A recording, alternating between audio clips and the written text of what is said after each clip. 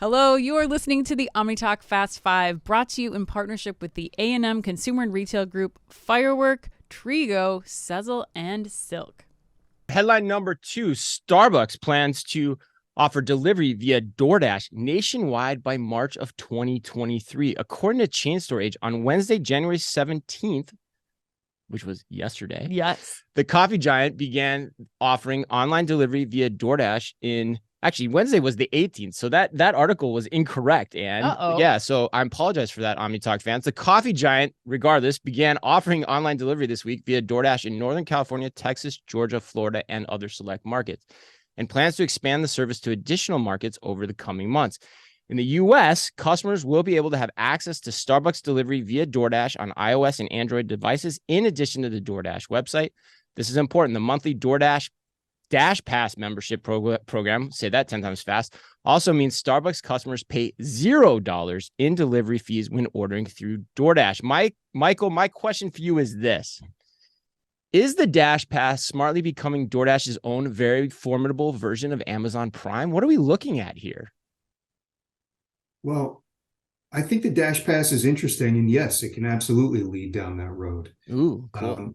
And I like it a lot. The thing I don't like, and I'm a little bit salty about this based on personal experience, is it's about time. Like, how come Starbucks has not been on DoorDash, and why are they not more complete on Uber Eats? Wow. Right. And full disclosure, though, it's based on doing projects in places like the Midwest and not being able to get effective Starbucks delivery at 5:30 p.m. when you have to work till 11 p.m. at night. Yeah. But, this to me feels like for Starbucks, them catching up to the future that's already existed for a few years. However, I do like the advances that DoorDash is making with their pass. And I actually think DoorDash and Uber Eats need to have sort of a second and third round of innovations, both from a user interface standpoint and a delivery quality standpoint. I don't think their delivery qualities are fantastic. And at this point in the game, they've captured such a large share of the markets. They should be fantastic across the board. Yeah, interesting. Anne, let's go to you next. What do you think here? So I love this. You do? I think I figured you would. It's so brilliant. I was joking with Ship's Rena Hurst, Ship, when are you going to you're doing curbside pickup Starbucks? Like, when are you going to start bringing that out through at Target, Ship, right? At Target, yeah. And so I'm going to bring up one other thing. So at NRF, Chris, Target's head of food and beverage, Rick Gomez, said in one of his sessions that the number 2 item that is ordered from the Target and Starbucks pickup partnership that they just did are cake pops. Oh, 100%. Doesn't surprise me at all. It doesn't surprise me, but this is what it changed for me, and what I think is important about, because I think Starbucks is really the one here who I'm focused on, not so much DoorDash. And that is that Starbucks has found an opportunity through curbside pickup, and now through through curbside pickup with Target, and now through DoorDash, to create a new type of shopping experience for a parent. Now you are giving me an experience, a reason to choose Target, to choose DoorDash, because it's not just about me getting my coffee when I'm picking it up as a parent. Now it's about my kid and I are having an experience together. We get excited about going to Target together to pick up that order, because now it's this surprise and delight moment that we get to have together, which is one of the reasons that you choose to go to a shopping destination or choose to use a shopping app. And I think that that's another thing here, that as Starbucks continues to perfect delivery, little things like making sure that, you have the stickers covering the seal so that the coffee's hot when it arrives, that there's, new types of like delivery carriers like we saw with Starbucks curbside pickup. I think as Starbucks continues to expand and perfect delivery, this is going to continue to catapult Starbucks as one of those trip drivers, even more so than it already is. So you basically, net, you like the move from Starbucks, particularly in terms of how they're increasing their distribution across pickup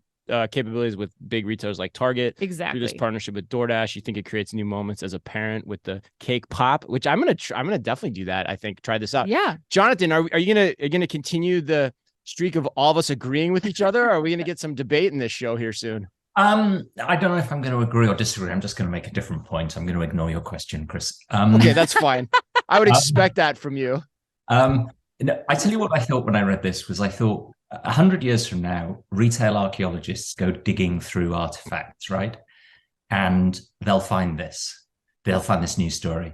And I think they will say, that is the moment that work from home replaced the third space. Oh, wow. 5 years ago, remember? That's deep, actually. We weren't going to go into offices, but we were going to be going into a third space. We were all going to be doing our work in Starbucks stores. Do you remember that? Yeah, I do. Yep. And then this little thing called COVID happened.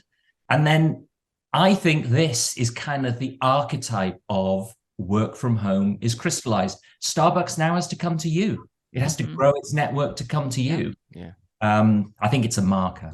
Yeah. Wow. That's really interesting. God, you got me thinking about like hotels. Like everyone in hotels is gonna have a Dash Pass now because like they're gonna be just delivering coffee in mass from Starbucks every morning at all these hotels. For me, I liked it. And the reason I posed the question the way I did was the value of the Dash Pass seems to be getting more compelling every week we do this show. Yeah. Like last week we had the returns thing. There's of course the delivery component that's ongoing. But it's also, and that's also why I wore this hat today, Anne, which we haven't talked about yet, but I wore my Buy with Prime hat. I can see that. Because I think also what's fine, what it got me thinking about last night, and I'm curious how you guys think about this too, is like, what's the value of my Prime membership anymore when I get right down to it? Like 2-day delivery for me, it's not that compelling anymore. So like the move to Buy with Prime could be. And so I was kind of thinking like, as cool as we made Buy with Prime sound last week, it's almost like a necessity now for Amazon to make that work, to keep driving the value here. Because for the first time in my life, I was actually questioning, why do I have this? And I don't know if you guys feel the same way. And Michael, I saw you shaking your head. What were you thinking there to that comment? Yeah, well, I thought you're taking it to a different place. I think this will be the first time we can debate today.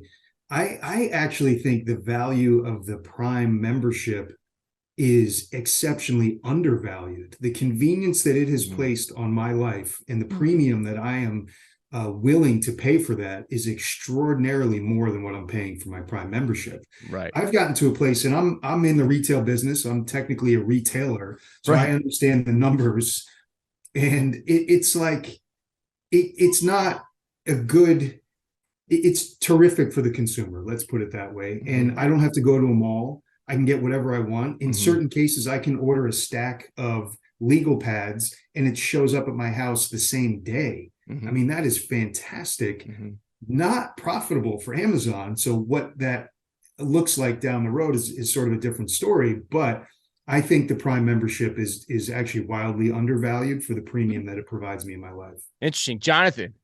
Well, I was going to say, until DoorDash does Thursday Night Football or the Premier Right, but that's a good question. Like, where does it go into those realms at some point? I don't know. I mean, I do think we underestimate the content value of Amazon Prime, and I don't think you'll miss it. You won't miss it until it's gone, right? And it's not just in the US. I mean, I said Premier League for a reason, right? Which is they now have a whole tranche of the English Premier League. They have a bunch of rugby, which is my sport.